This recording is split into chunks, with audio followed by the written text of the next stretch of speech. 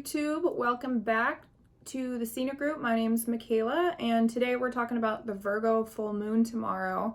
That's happening on February 27th, 2021.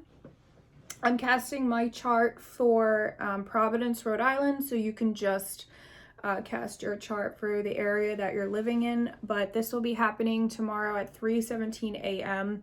at 8 degrees Pisces. The sun's at 8 degrees Pisces, 57 minutes, and the full moon in Virgo will be at 8 degrees Virgo, 57. So let's talk about the conversation that's happening right now with this full moon. If you haven't watched my Saturn and Uranus video yet, Saturn square Uranus, that will help maybe clarify some of these issues that might be brought up around the full moon. Also the new moon and Aquarius video, that will actually help you too, because this full moon is about bringing things to light, coming to the surface around these issues that's been going on, about where you need to liberate and break free from that's holding you back inside of your life. So for everyone, this is happening at different aspects, different points in their chart.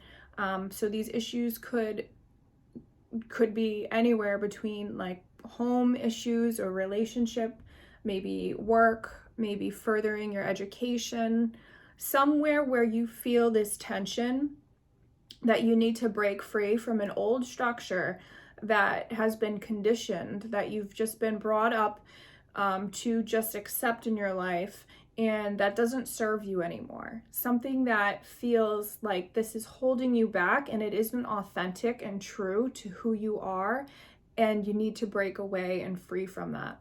This full moon is going to help illuminate those issues and what's going on, and bring that to the surface. Okay, so let's talk about the Virgo side of this first. So when we have a full moon, everything is illuminated on her, okay? She is literally reflecting the sun's light and bringing things to surface so that we can see it more clearly. This is a good time when new moons are good for like setting new intentions and starting something new, and a full moon is looking at what was started or set for, and looking at the whole picture and seeing it now all in the light, and then releasing. Part of that is releasing or what might no longer serve you, or releasing in like a sharing way, or just taking in all the work that you did and letting it just come to the full picture, okay, so that you can see it all in its light and its surface. And so with this Virgo quality, the things that we've been working on, the things that we've been trying to break out of, restructure in our life, is gonna come out a little bit more clearly. Okay, because Virgo has a good ability of being practical, of analyzing patterns and seeing where there needs to be something fixed. So they're very good at fixing things. And a key thing to remember with Virgo is that it's progress, not perfection. Okay, so if you're feeling some kind of something's coming up and you're getting some clarity around an issue, it's not going to be solved with this full moon, but the emotions or the ideas or the actual issue itself is going to come out into full reflection, and you'll see it. And just remember that this isn't perfection, that you just can make small steps towards changing it and towards restructuring what it is that you need to do. Saturn is opposing all this. We've actually got a ton of planets opposing on the other side of the full moon that is helping illuminate this for us in our life. We've got Saturn, we'll have Saturn, Mercury, and Jupiter still in Aquarius, and then Venus has just moved into Pisces with the Sun and Neptune. Okay, and so the Sun and Venus are playing an important role here with this full moon, because it's asking us to go a little bit inward with ourselves with this energy, okay? To do some shadow work. with a full moon, things that are unconscious or subconscious in us will be illuminated and they will be brought up. And oftentimes it's best to be able to analyze something with just sitting with it and allowing that emotional feeling part of ourselves to send the message, to tell us what is going on and what's wrong. So just look for nonverbal communications that happen.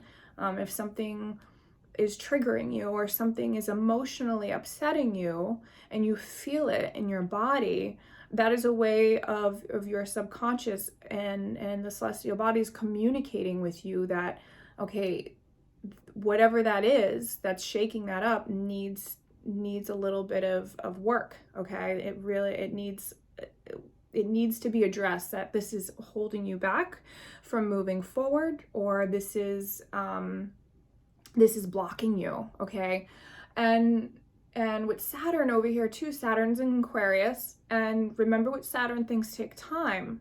Okay, so there is this push for change, especially with these 3 squares that are coming up through this year. We already had one on the 17th of February, and then the next one is going to be on June 14th, and then the next one after that is on December 24th. And these 3 Saturn-Uranus squares are telling a big story in your life. They're pushing for the restructuring of something in your life. So you want to pay attention around those things, those weeks and times, like what's going on. And this full moon will help clarify that. It'll help illuminate. Full moons can definitely trigger those subconscious feelings. So sit with those, be a little more yin, right? We're working with the feminine energy here with Venus, Neptune, and the sun and Pisces. So I actually have an article that I wrote on Medium, and it's also on my blog, about working with Pisces season this year, and kind of stepping into the more of your Zen self and your feeling body and your emotions, and you'll be able to get a little more clarity on this story. Okay, like what's your role happening in this world on a bigger layer and a smaller scale. You'll have this light coming through. Okay, the big important thing I think with this full moon is that it's allowing for that progression as well. So being a little mutable, being a little flex, okay, not being so stern and holding on to that Saturn energy, whatever that is. Uranus is going to make you push through it. I mean, Uranus is just going to come in and it's just going to shake it up. And sometimes things happen to us that are extremely uncomfortable and we didn't ask for it. And we're like, this is so uncomfortable right now. Why am I going through this, or this is happening? But it needs to change, because it's holding you back and it's not letting you move forward in the direction that you want to go. Your soul wants to move forward. It wants to do what it came here to do. So work with these energies and allow something to come up that's really been like feeling like it's been holding you back, and just allow for these sensations to sit within your body. Maybe get a little dreamy, maybe work with some lucid dreaming, drink some mugwort tea.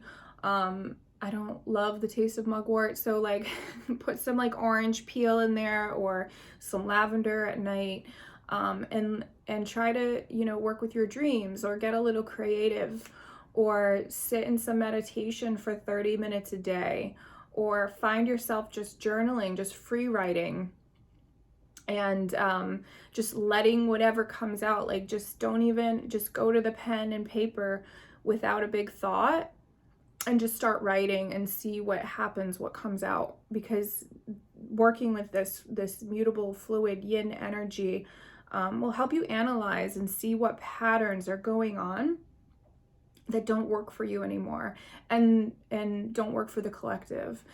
We're going through big changes on a big scale, and this world is changing, and the people in it are searching for more. And I think with the whole pandemic too, people have really wanted more out of their life.